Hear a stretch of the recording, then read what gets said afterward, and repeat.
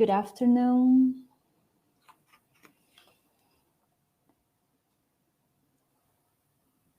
My name is Cristiane Perone. I'm a senior consultant at Troika, and I'm here today to share something about the new competencies that we need to have to teach young learners nowadays. Well, let's start thinking about these young learners. Who are these young learners, right? When we think about young learners, according to the literature, young learners are children from the age of 6 up to 11 or 12. Then we have the very young learners, which would be considered our students from the educação infantil. But mostly we are talking about students from the those early years in the fundamental, right, or fundamental 1. So what about the profile of these young learners? I'm going to share with you here some of the characteristics of these young learners based on recent trends, right? Please bear in mind that these characteristics may vary across different regions, different contexts, obviously based on cultural and socioeconomic factors, right? But when we understand these specific characteristics and the needs that our young learners have in the context where they are, it helps a lot us teachers to design successful learning experiences for our students, right? So it's essential to think of these characteristics. So what are some of these characteristics? You can, well, obviously say that they are technologically proficient, right? In the year 2023, young learners are highly likely to be proficient in using technology, any kind of technology you can think of, because they've been growing up in a digital age, right? So they are used to using computers, tablets, smartphones, and I mean, all the social medias that you can think of, not only for learning, although we can still help them with these tools, but definitely for entertainment and communication, right? They are connected and global-minded. What does it mean? That these young learners that we are talking about have greater access to global information and different perspectives because of the internet and because of social media, right? They are more aware of global issues, cultural and current events, because they are more exposed to all the information that we can think of, right? And this exposure to different information contributes to their understanding, and this is something different if we think of the young learners that we used to have like 10 years ago and the young learners that we teach nowadays, right? But it also contributes to their ability to connect and collaborate with their classmates, for example, right? They are multicultural. And we hope and we work for them to be also more inclusive, right? Because when we say that they are multicultural, we are thinking about exactly because they are more exposed to different types of information and ideas, and because of this global mind, they are supposed to be open to a more diverse ideas, right? And we, in our classrooms, in our schools, we can work with that. We can foster a sense of tolerance. We can work on respect, because they are open to this, to the different, right? The kids are. Then we have to think if we are also tolerant and if we also respect at the same level. They are more environmentally aware. What does it mean? That they are more concerned about the environment and issues like sustainability. I think when I grow up, I don't want to buy a car. That's what we hear from them, right? Or maybe recycling for them is something so natural, right? And we can take this into consideration when we plan our lessons. They are more aware also of their social and emotional needs. What does it mean? That they recognize the importance of their own well-being and mental health, especially in this post-pandemic moment, right? For us, the implications in our classrooms are that we can prioritize strategies and resources to support social, emotional well-being of these young learners. And they are more collaborative and interactive. It's part of the essence of this generation. We're not going to talk about different generations, but if you work with young learners at that age range that I mentioned, you will see that they have these tendencies to be more collaborative, they interact more, and we have to take this as an advantage to our lessons, right? These are obviously some of the characteristics, because it's one angle of looking at their profile, right? But because of this, we have to consider and we have to understand that there are new competences, because we are talking about a different way of looking at things, different compared to 10 years ago or 15 years ago or 20 years ago. And if they see things from a different perspective, we have to use these new ideas and this new way of seeing things when we teach them, when we plan our lessons and we teach them. So what are some of these new competences? I'm going to list some of them. Obviously, it's not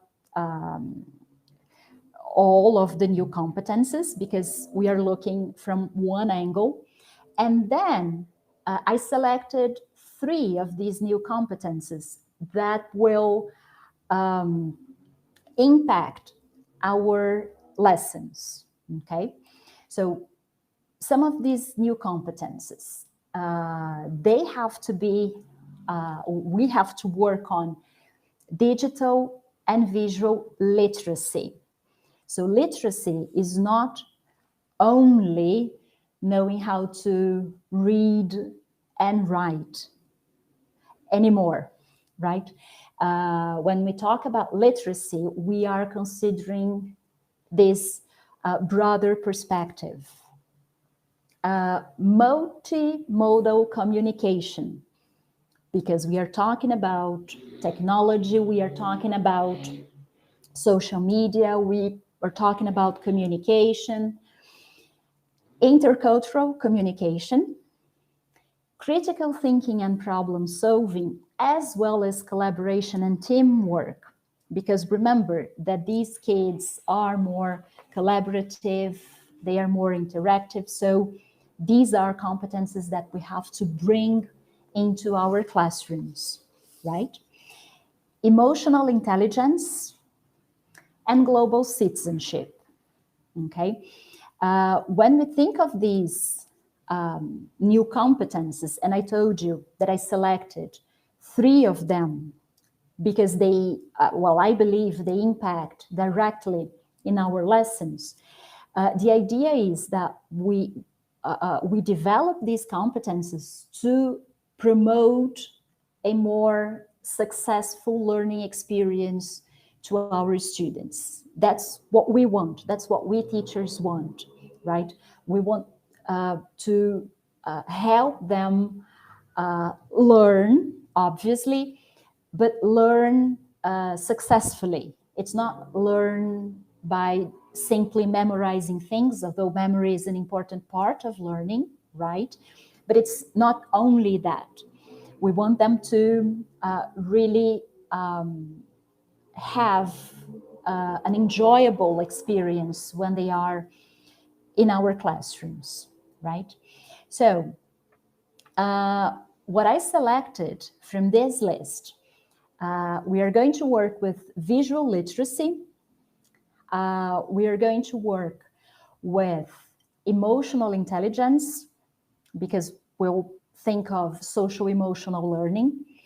And we are going to, because we have here critical thinking, problem solving, collaboration, and teamwork, we are going to look at some of the characteristics of project-based learning, right? Because we know that project-based learning will definitely help our students develop these competences, right?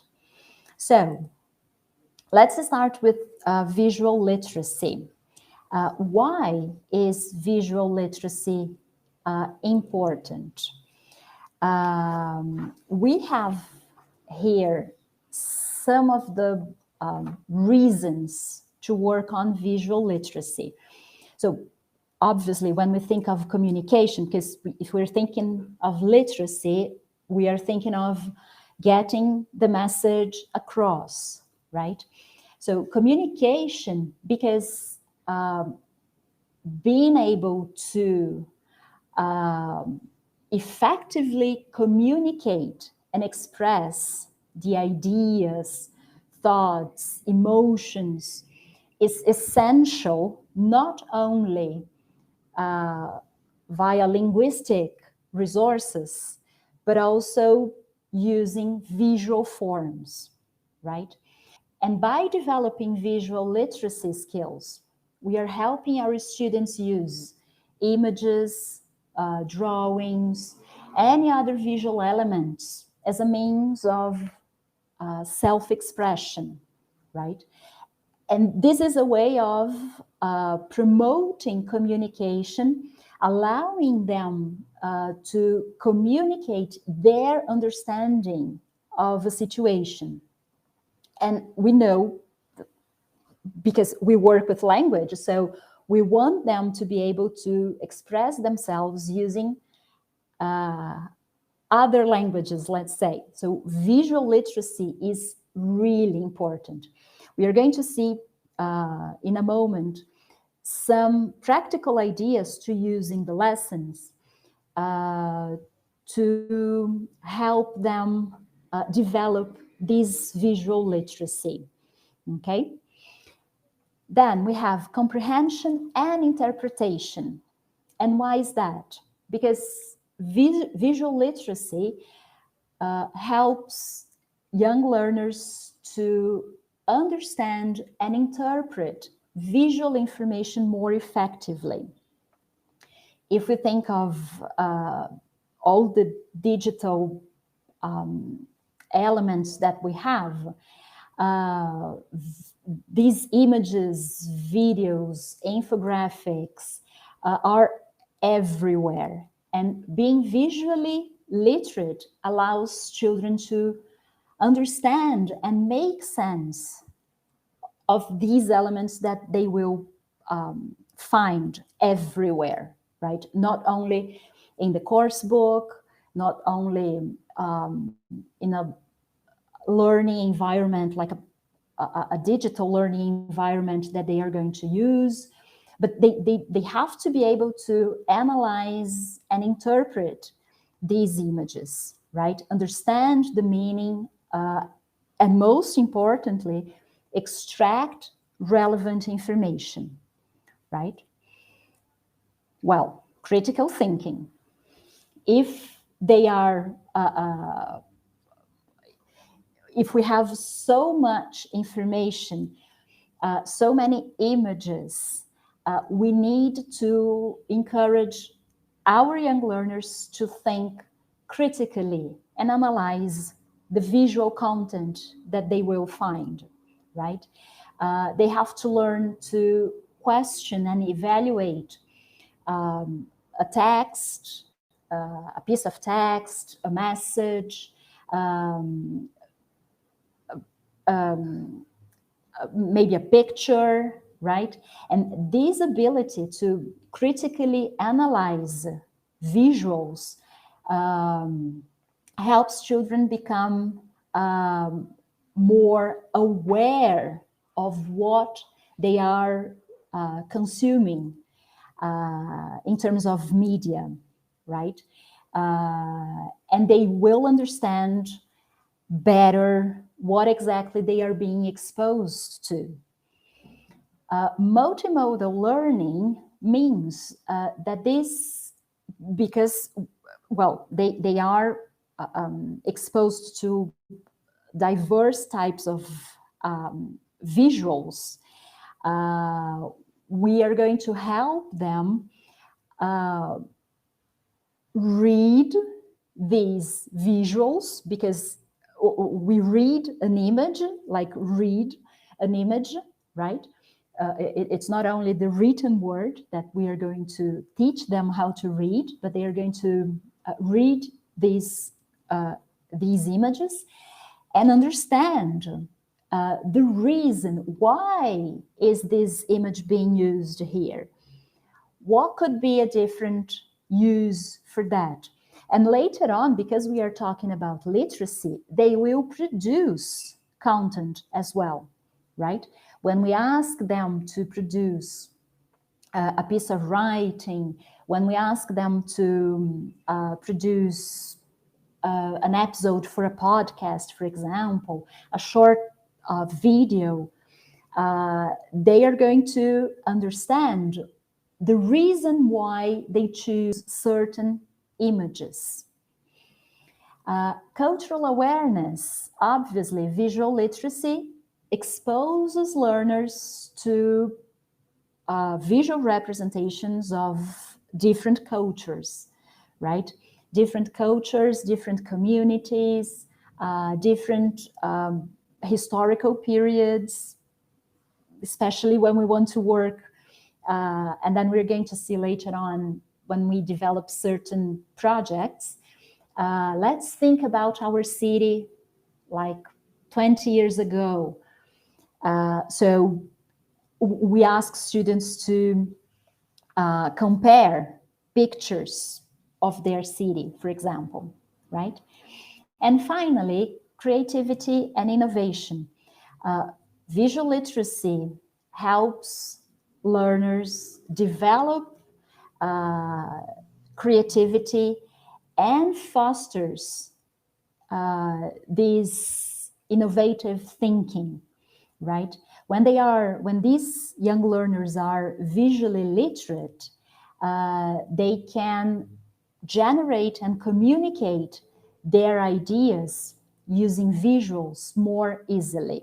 So it helps imagination, it encourages them to experiment with different artistic techniques, for example, and they become more creative when we think of hands-on activities. It helps them a lot, right?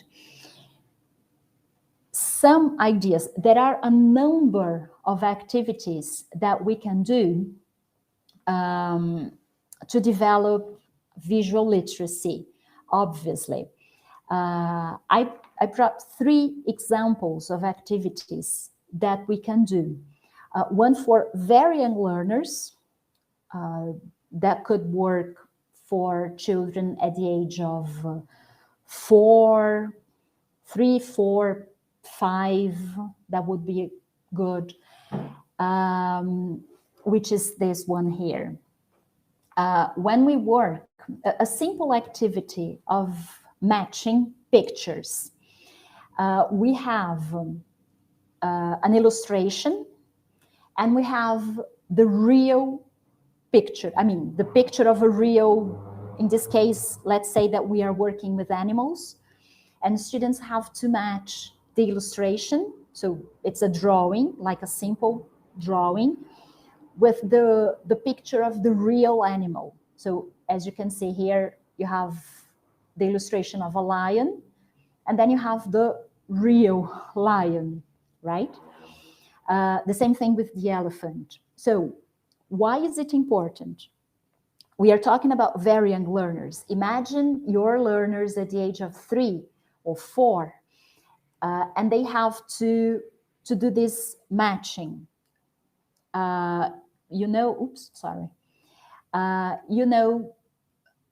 Obviously for older kids, that would be super simple, but not at this age, because we have this thing of understanding if it's a real image or if it's an illustration, if it's a drawing. And you can do this maybe using a memory game that they can play. If you have cards, they can play. And then you can vary the dynamics. Obviously, it could be a memory game played in pairs. It could be a memory game or like a treasure hunt that they have to find the real animal. They have the pictures, they have the illustrations, and then they have to like run around and find the real picture, right? This is one way of working and helping students develop visual literacy. As they grow, we have the see, think, wonder routine, which is wonderful when you think of visual literacy. Why is that? Because it will encourage students to make careful observations and interpretations of what they see. So it really helps when we have those pictures in the course book, real pictures, to open the unit, for example, and then we can like use a whole lesson to explore the picture. And this is one way of doing this exploration, using this see, think, wonder technique, right? It helps stimulate curiosity. It's a really nice routine that we can establish, and it works for those students from the age of 6, definitely, onwards, right? We can always do that, but especially for the younger ones, like at the age of 5 or 6, we can do step by step to help them understand how it works. The first question, what do you see, is like a factual question, because we want students to think carefully about why something looks the way it does. Because immediately when we look at a picture, we start inferring things, right? But this first stage is like, what do you see? So look at this picture and let's explore, right? This is the first moment that we're going to ask them to describe exactly what they see. The second moment, what do you think about that? So in the second step, when students describe what they think about what they are seeing, we can ask follow-up questions. That's because what they think, well, it is still a bit factual, but we want to encourage more opinions of what they are seeing, right? So let's imagine, what do you think is going on there if you look at this image that I brought here? What do you think is going on here? Why are you saying that? What do you see that makes you say that, right? Helping them explore more elements that maybe are not in the scene, but we are helping them imagine these elements, right? And then, what does it make you wonder? In this third step, we are going to help students articulate what they are wondering by asking them maybe more follow-up questions and to help them understand and imagine. And this is one way also of helping them becoming more creative, right? We know that images like this we can do lots of activities with only one image, right? Follow-up activities of this could be, is there someone looking at this boy? What could be a possible dialogue between the boy and this other person? Is the other person also climbing the tree? Where is this person? Who is this person in relation to the boy? And then with only one simple image, we can do a lot.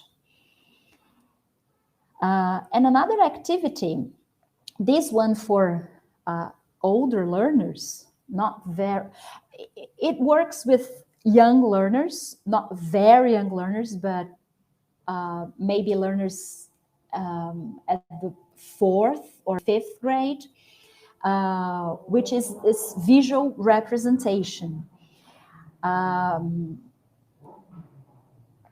This is that technique that you probably know when for more adult learners, right? Maybe there is something going on, or you are participating in a meeting and there is someone registering the meeting or the ideas of the meeting instead of using words, drawing, right? It's not the same as like you tell a story and you ask students to draw their favorite part. It is. The visual representation means that you are telling the story and students are drawing, they are registering the parts of the story while you are telling the story. It's at the same time. That's why it's like real-time taking notes. They are doing this simultaneously. And the idea of visually represent what you are saying, it works, for example, during a discussion. Instead of taking notes of the discussion, let's say that you group students and they have to answer a question, they have to come up with 3 different possibilities to solve a problem, let's say. Instead of taking notes, like writing words, they can draw. So they are discussing, they are talking about that, and they draw, right? So that's why it works with older students, because maybe when they are too young, they will definitely concentrate on their drawing and they won't discuss anything. So that's why it works with older students, right?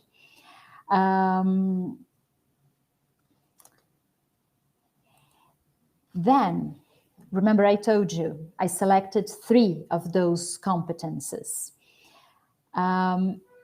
Visual literacy was the first one. The second one, social and emotional learning. Why is it important?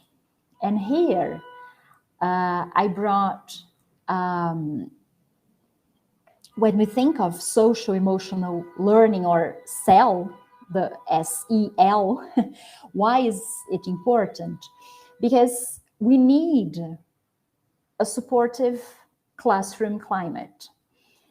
And when we have a supportive classroom climate, we know that it's going to help students to feel emotionally safe, part of a community of learners, motivated and challenged. This type of environment creates a strong foundation for students to engage fully and take academic risks. And this includes community building, belonging, and emotional safety, and student-centered discipline. So if you remember some of the characteristics that we mentioned at the beginning,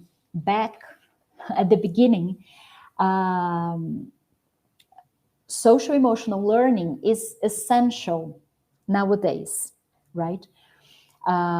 Remember that these students are more aware of their emotional needs. They are more interactive. They need this, and they need to develop problem-solving skills, teamwork. So this is one of the ways to do that, right? And we know that when we have these supportive classroom, things work better, things work smoothly, right?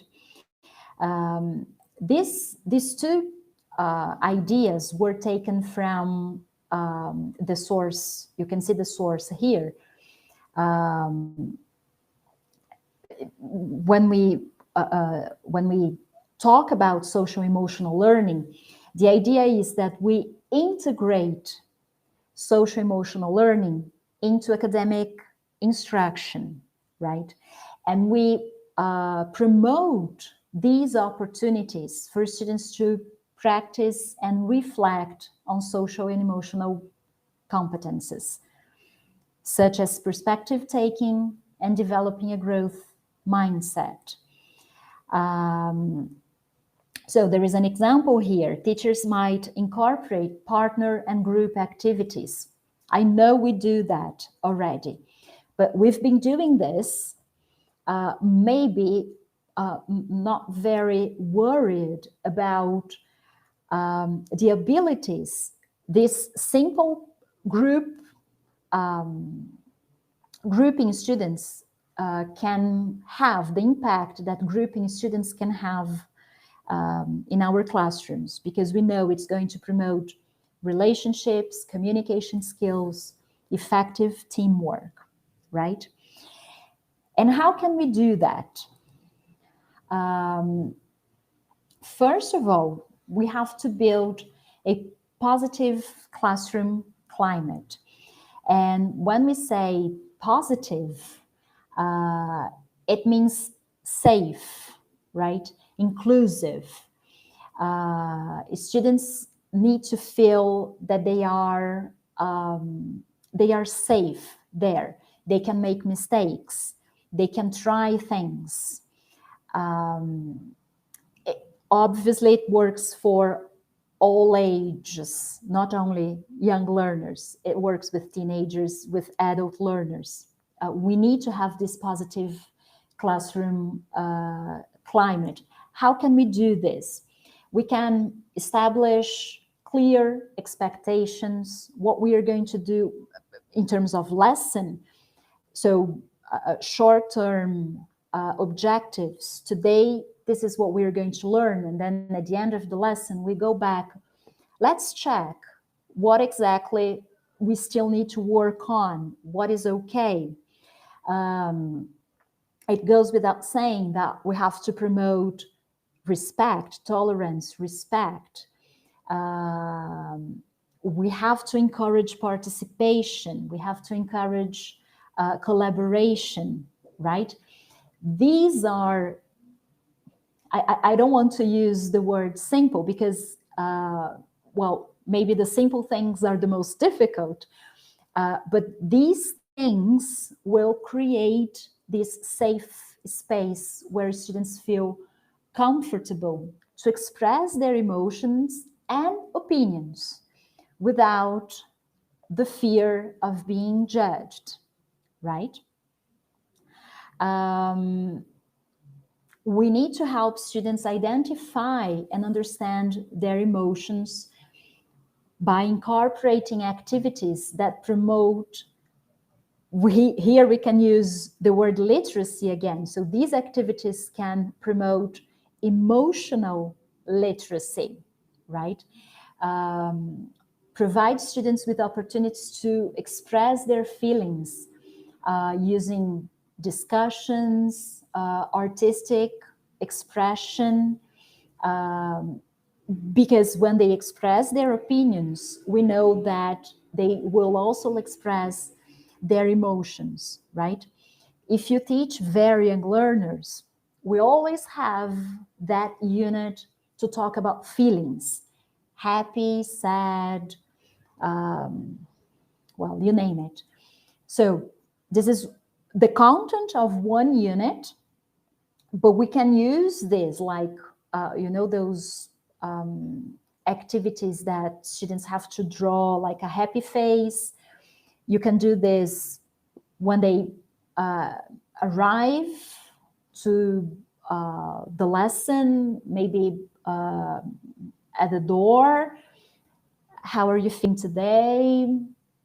This is one way of doing that. So if it's part of the routine, the students will understand that their emotions are welcome to your classroom, right? We can, well, and to help social emotional learning, we can set goals clearly and go back and see, well, so we said that for today's lesson, we would do this.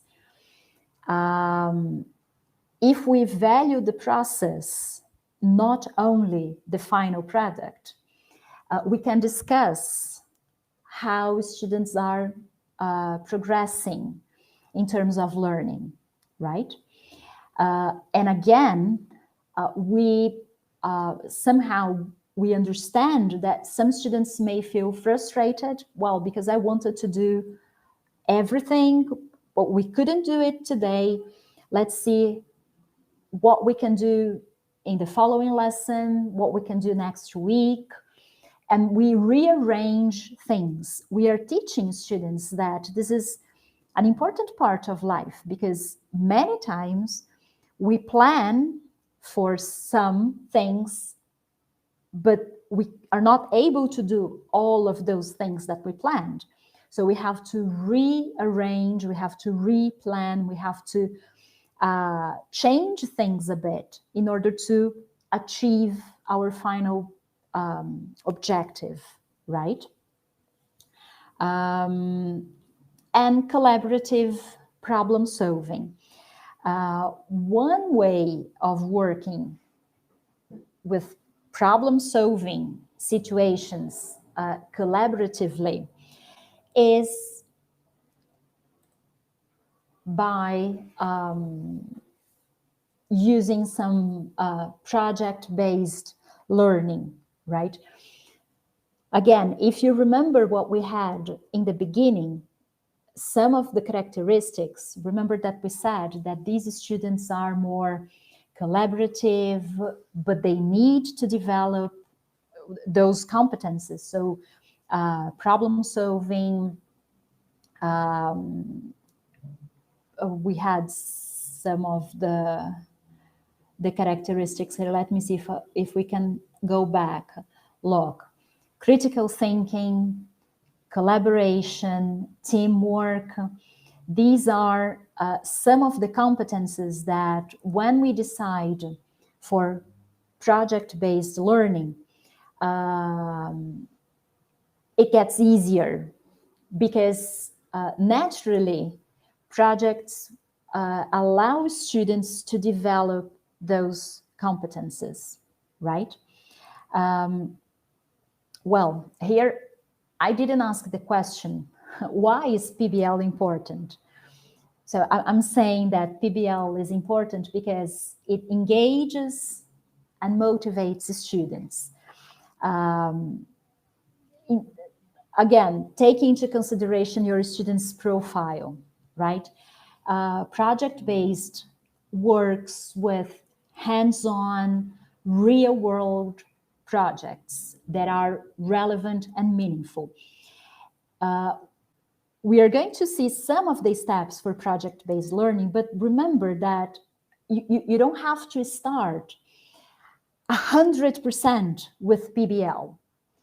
You can start, slowly. Let me choose some of maybe the main parts of a project, right?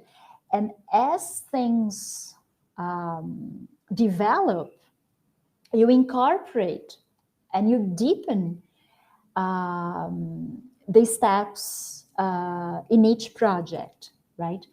But it definitely helps students become more curious, interested.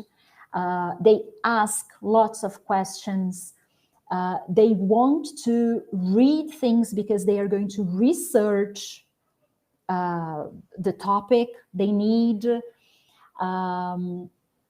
So it's definitely interesting for them. It's definitely engaging for students, right? It is important because it develops critical thinking and problem-solving skills. We've been thinking about that, right? Project-based learning encourages students to think critically, analyze information. And then we go back to the literacy, visual literacy that we want them to develop. So they analyze information, they solve problems, right? When we use projects, students have the opportunity to apply their knowledge, their skills creatively to solve problems, to solve real life problems, right? And it's going to foster different skills and different problem-solving abilities. So important nowadays in any context. It's important because it promotes active learning. So projects shift the focus from that more passive way of learning to something more active, because we want students to participate. Students become more active, right? They take ownership. That's an important word. That's a key word when we work with projects, this ownership of their learning process. It's super important, right? They have to make decisions. They are engaged, so they know what they want. They know what they have, if there is this driving question, what exactly I have to find, what kind of information I have to look for, right? It's important because it enhances collaboration and communication skills. So you see how things are connected. Again, we are talking about communication. And in our classrooms, I know it's impossible not to think of communication. So projects will usually involve collaborative group work, teamwork, communication. They will develop interpersonal skills. So they need to learn how to collaborate, how to share ideas, how to negotiate. It can be really hard negotiating, right? And how to work effectively with a team. Essential skill for life, right? And they will develop these communication skills by presenting their projects, articulating their thoughts and ideas to different audiences. And again, you can start in simple terms. So maybe the first project they will present to their classmates. Maybe the second one they can present to another group, right? Depending on the topic, they can present to other levels in the school. And all this will contribute to developing these communication skills. Well, it is important because it integrates content across subjects. Many times we are working with the language, but depending on what they are going to research, they will integrate other areas of knowledge, right? And this interdisciplinary approach fosters connections between concepts, helping students see the relevance, and another key word here, the applicability of their learning across areas. Many times you might have asked yourselves, but why am I learning this? Maybe in science lessons or maths lessons. And then if we are using projects, we help students see this connection. So applicability is essential. That's why I said it's a key word, right? If they can apply that, if they see this applicability, it becomes relevant. If it's relevant, students are engaged. You see how things are connected. And I mean, finally, but not less important, it's important because it promotes lifelong learning, right? And that's what we want. We want all our students to be lifelong learners, because projects will oftentimes mirror real life situations, real life challenges, and they will help our students develop skills and attitudes that they need when they leave the classroom, right? Not only when they are with us in the classroom, but when they leave the classroom. How can we do this? Again, I told you I put here the basic steps of a project, right? If you want to know more, we have a lot of literature about project-based learning. So how can we do that? How can we start? We have to start with the definition, right? So in the definition, we usually work with this driving question. Sometimes you can call it a big question for the younger ones, because that's the question, I mean, that we want to know. Why are you curious about something? What do you want to know, right? And the definition here has to do with the learning objective. So whenever possible, we can give students the option of the project. So what do you want to know about, right? Then we have the development, because we are going to understand, okay, what exactly we are going to produce here? What are the steps of this project, right? Where exactly we want to get. So one of the projects I mentioned already, we have research projects, we have presentations, we have group collaboration, right? Hands-on experiments, multimedia productions, community service projects. That's very interesting.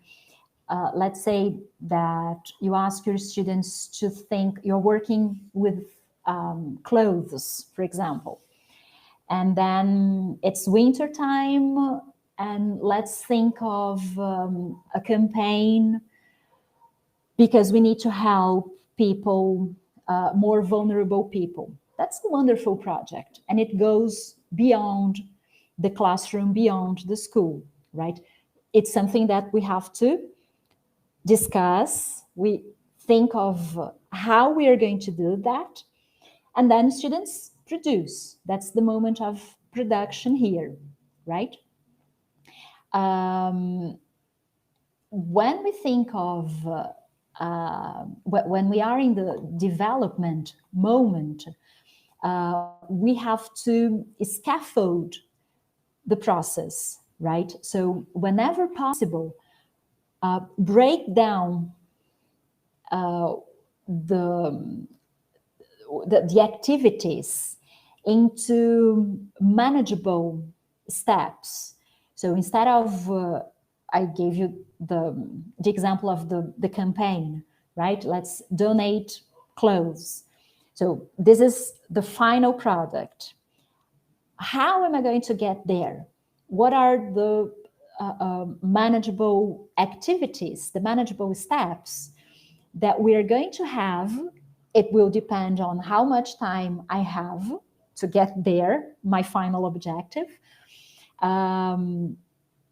Because then I can help students, I can provide support throughout the process, right? The presentation is essential. So there should be some kind of presentation. And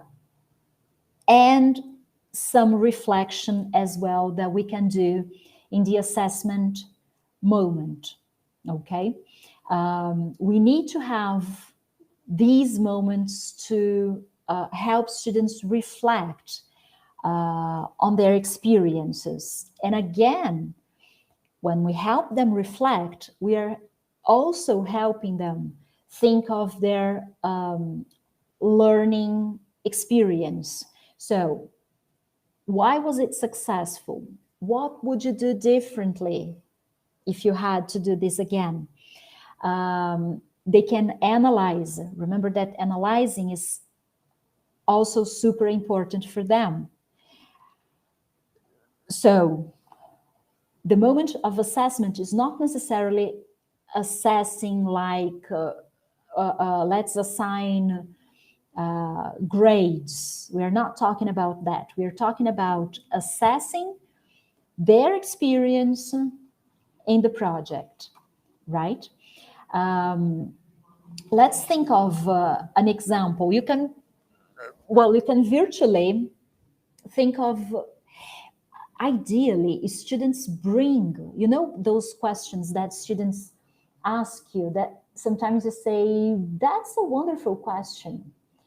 Depending on the age you teach, maybe they are going to, they are, coming to class and then they see a caterpillar.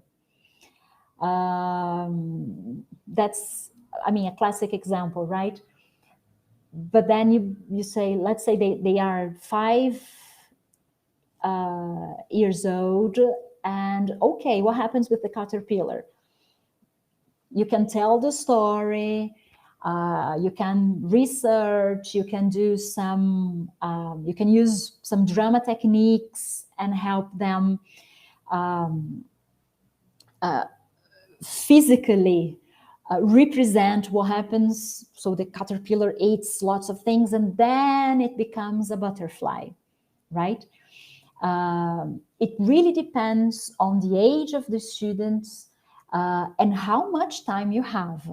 That's really, really important. We have to think of how much time we have, because there are projects that go on for months, and sometimes we don't have this.